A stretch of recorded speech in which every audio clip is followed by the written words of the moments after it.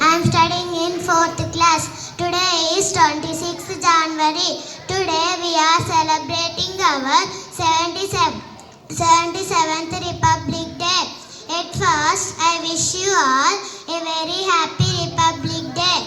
Republic Day is a national festival of our country.